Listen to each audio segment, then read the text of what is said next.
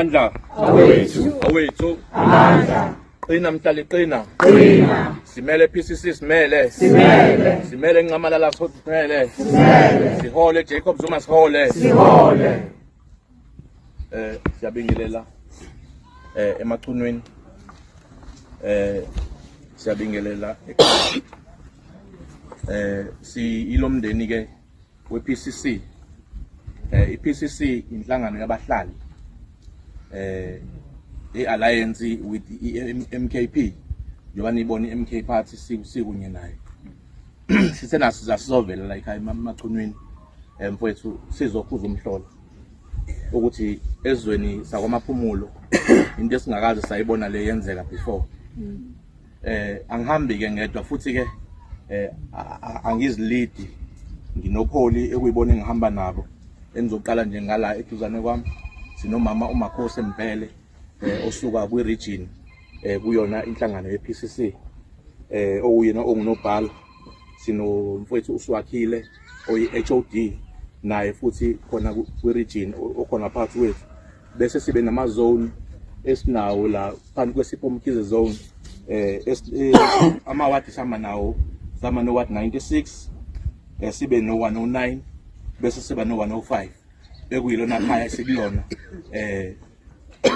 okuyena okhona kwePCC kuward 105 uyena mfowethu uMshengu Shabalala okuyena okhona kuyona futhi izone yethu sinomfowethu uThusi bese siphinde sibe noNjapha okuyena futhi uNjapha bese bawuThusi osuka eMlazi ekuyibona isamba nabo ngoba ke ngiphethwe ngizocela ukwehlela ngezansi kodwa bekuthi angithuli ukuthi ngoba nesamba nabo emndenini wasemachunweni sizokhuza umhlola kuloko okwenzekile ubathona baba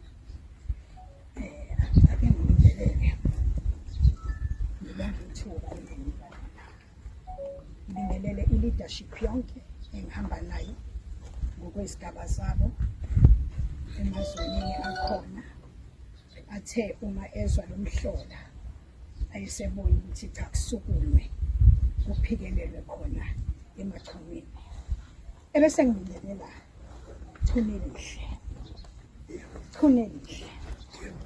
thuneli mhlophe insizwe nesibindi mkhulumeli wabantu mkhulumeli wesizwe sase-South Africa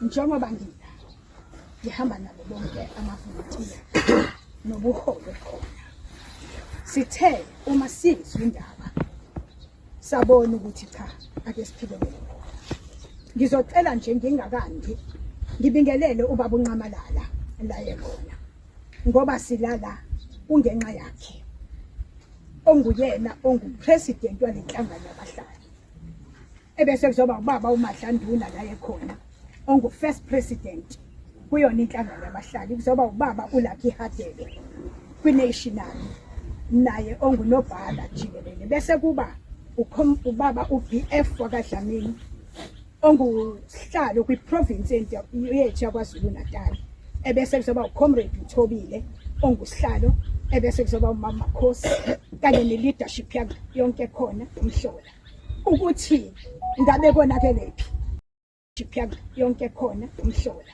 ukuthi ngabe konakelephi, ngoba ngikhumbuli iqhulu lihambe lingena imizi yabantu lishisa imizi yabantu.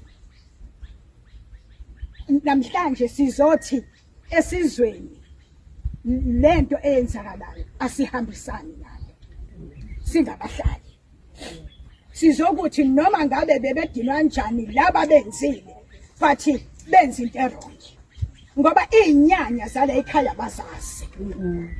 Once uqala uthinta uphahla lomuntu awuzazi izinyanya zalapho, awumazi uNkulunkulu lapho kubona ngaphakathi, okuyothi ngelinye ilanga sekuphenduka kangabi kuhle. Sizothi ke sinawe ebuhlungwini wena nomndeni wakho wonke, abantwana babuke isimanga sento eliyenzeka phambi kwayo.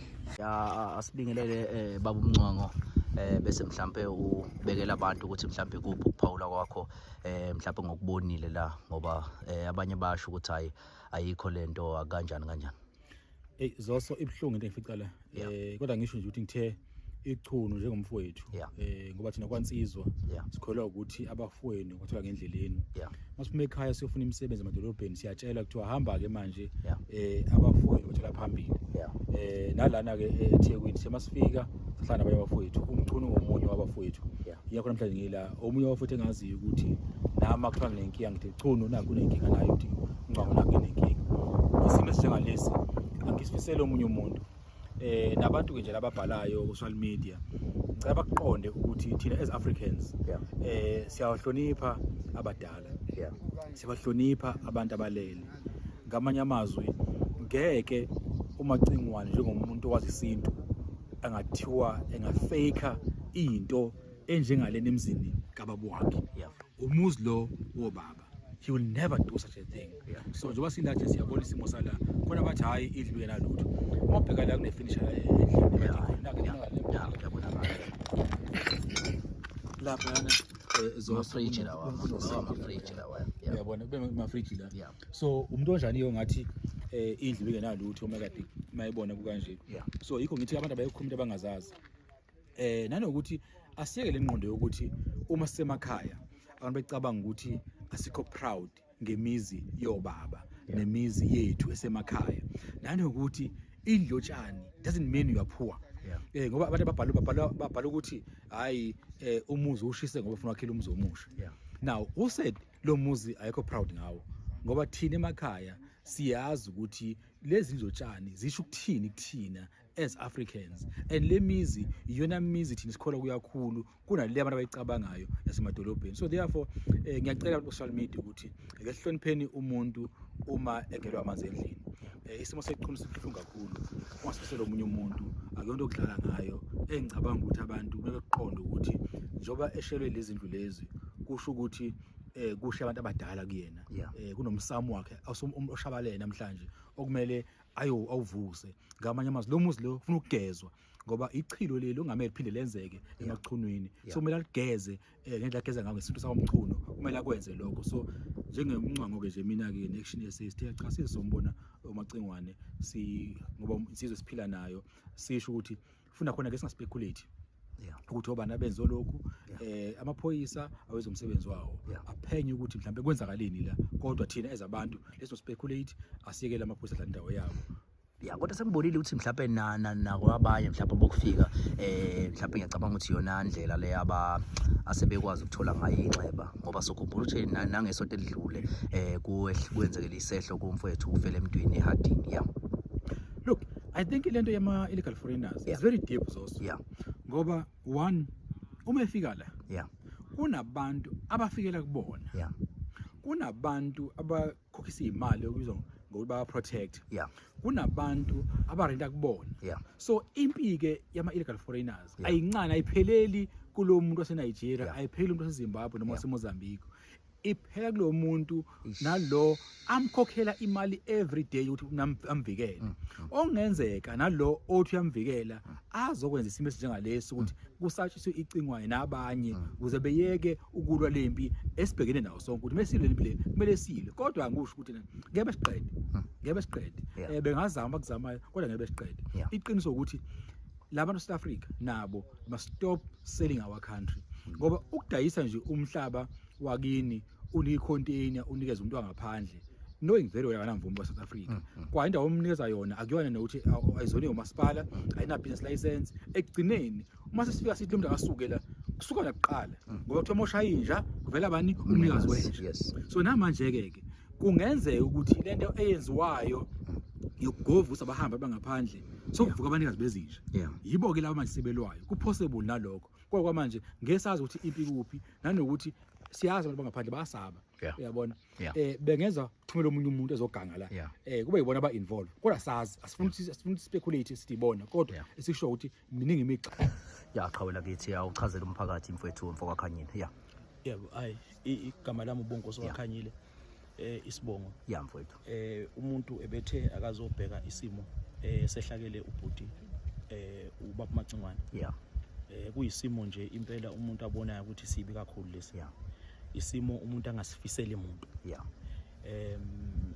Umuzi kababa Macingwane umuzi wedlozi esiwaziyo kakhulu Yeah. thina esiphila naye. Ya indlu nje le phakathi nendawo eshile. Yeah. Khumbula kahle kona umfana wami ushumle insizwa omncane engangafika naye. Yeah. Ngicathuke na 212 Yeah. uMacingwane engimemile savakasha ezombona sahlala kamnandi namhlanje indlu umlotha Yeah. phatha kabuhlungu kakhulu lento into engithi angifiseli umuntu esiphila naye. Yeah. Kodwa uvelile futhi ukuthi namhlanje ubezoba umunye wofakazi ecaleni lakho qhawela kithi eliqhubekayo la ngomhla ka 2021 ibhelo lezi ze COVID. Yeah. Yeah. uMacingwane bezo ufakazi ecaleni Yeah. namhlanje bezongena ebhoxini Yeah. afika chaze abeko wakufakazi ukuthi Yeah. akumini wayishisa amamole entshontsha Yeah. entshontsha ama fridge Yes. eyitolo. Ngalesi simo kuMacingwane akakwazanga ukuvela Yeah. ukhumbula ukuthi izolo bengikhuluma naye ekseni nje eseGoli Yeah. ethi uzokwehla ebusuku Yeah. kuthe entambama kwavela lesimo lesi Yeah. sabe sesitshela inkantolo ukuthi hayi usane sisehlaka lesikanje kwabe sithi inkantolo ithi hayi icela ukuthi afike kusasa kulwesibili Yeah. uzobe khona nje kusasa ekseni uzovela inkantolo isivumelile ukuthi ihlehlele kusasa. Yeah. Awudaka mfowethu njengoba kusaphithipithiza nje mfowethu siyazi ukuthi izinto zokulwisana kwabantu bokufika mfowethu mhlawumbe nje kowakho mfowethu ithini mfowethu njengoba umhlaba uphakama kanje. Yeah. Ngizocela nje ukuqoqa umlomo Yeah. ngoba indaba le isangaphansi kwamaphoyisa Yeah. kodwa lo msebenzi abawenza uMacingwane ukuthi Yeah. abakufika Yeah. abaxovizwe Yeah. abahambe Yeah. hayi ngiyawaseka mfowethu. Yeah. Ngiyawaseka nje impela bahamba impela nje abahamba impela nje ngempela abantu hamba khaya alikho izwe elingamumatha wonke umuntu Yeah. njengale ndlela le ekuzanya ngayo ukuthi yenziwe la eSouth Africa. Yeah. Abahamba abantu Hayi siyabonga qhawela emakhaya. kithi. Yeah.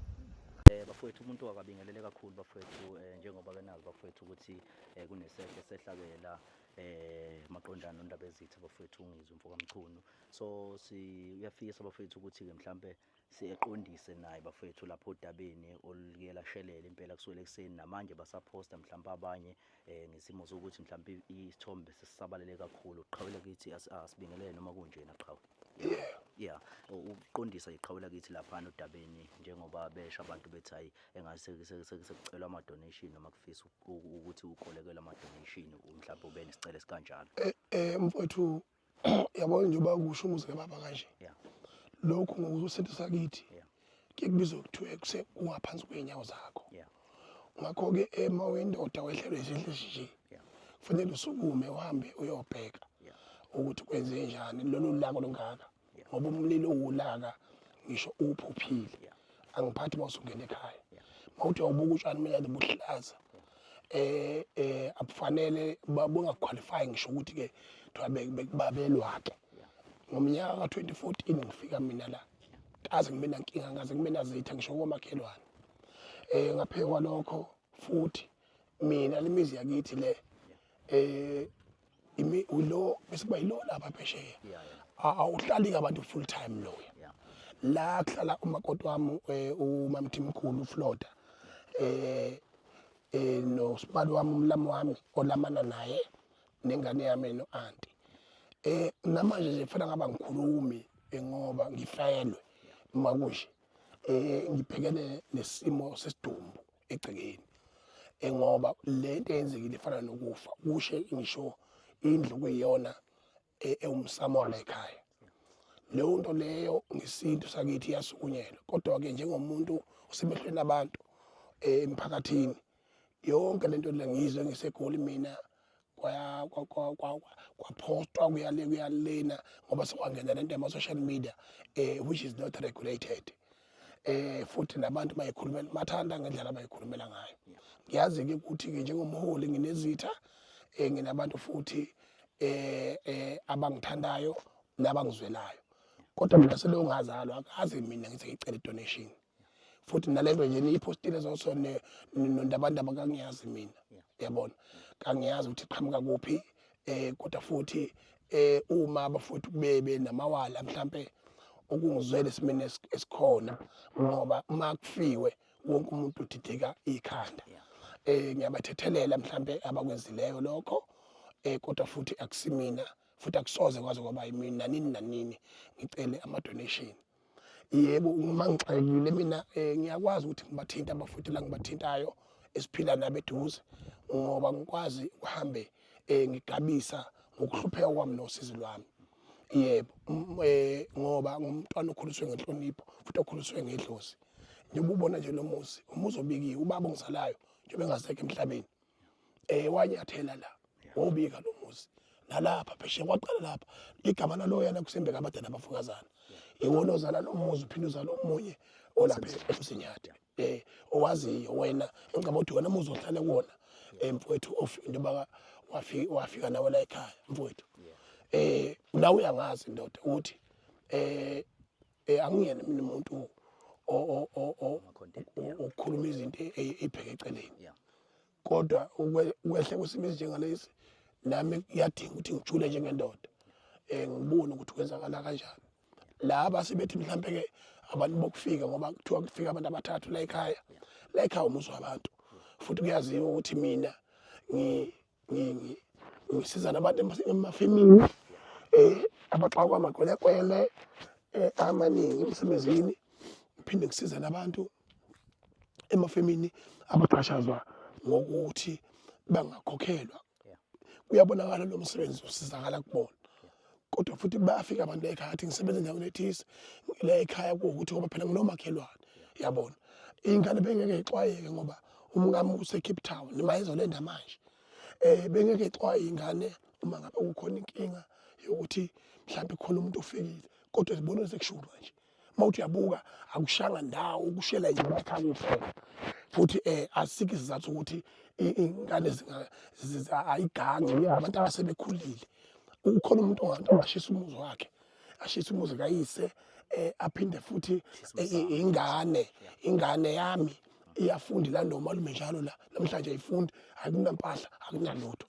politikani madoda lowadlala ama content yabona kunenja nje la social media kade ngifonela umakoti akazalala uyakhala mina imbisi ngomuzi awugadileyo ngoba umuzi ukade womfazi yabo indaba yokuthi nina khona wahamba khona ongahambile khona njani nehlulwa ukugada imizi yenu noyihlo omkhulu naka ukuthi mina kunjani anginamfazi mina wahamba la loyo kahambe futhi yabona umunye kuphela lo ongathi ufuna inhlonipho lo mdala kunabo bonke ongashada naye ngino 24 years uyena kuphela into sofuna inhlonipho yabona so ke namanje ke ngimile nomntaka baba ukuthi lesimo lesi nami kusazojula njengendoda kodwa bafowethu lolu siko lolu selukhona ngoba enye into lento yama donation endlela ebheda ngakhona ufuna ukuyicacisa qhamuka abantu abama scam khona abantu abasithanda ngeqiniso kungcono umuntu makuthiwa khona afisa ukwenza akhulume nawe siqu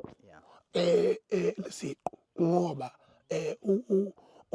abantu abayifani yabona kodwa abantu bayakhuthuza manje bazokhuthuza ngegama lami mina ngiwumuntu weqiniso oqonde nje ngqo ongayele nale engize ngishintshe leyo nto leyo kodwa uma kuyimpi ebhekene nalesi simo esibhekene naso ngithi mina sebeyiphosele bafana bakithi. Hello Mzansi, welcome to Mgosi waseMzansi. If today is your first time visiting this channel, please do the right thing and click the subscribe button. Begcwele kakhulu lapha ekhaya la ngizwe Mchunu Mbumbulu la kushiswe khona abantu abaningi bebatovakalisa njena kusho ukuthi beva buhlungu ngaloku umehlakalele ungizwe Mchunu bakhombise nesupport bekunama members eMK Action SA King Zozo begcwele nje ngendlela lesimanga abantu basho ukuthi abakase bambone ngizwe Mchunu ambashisa indlodo ebantu sokungani bona abantu bangadecide kwenda into libi ngalendlela. Ukhulumile naye ngizwe ukuthi uyati ukuthi kunebantu abamhleka kubonile na hlatshwayo simbonile hlatshwayo sonke lapha ku TikTok making fun of ngizwe saying ukuthi uthisela indlo because of nama donations. Uthi laba labamhlekako kungazuthi bangahleka baze bafe cause ngeke azashisa indlu yakhe uqala leli yakhaya belinemsamo ngibani umuntu ophilile longathatha mentshisa ashisa emsamo wakhe. So uyasho ukuthi if bantu bakholelwa kuloko then it's fine. Do comment your thoughts down on the comment section. Don't forget to hit the notification bell. I'll see you on the next one. I'm signing out. So goodbye.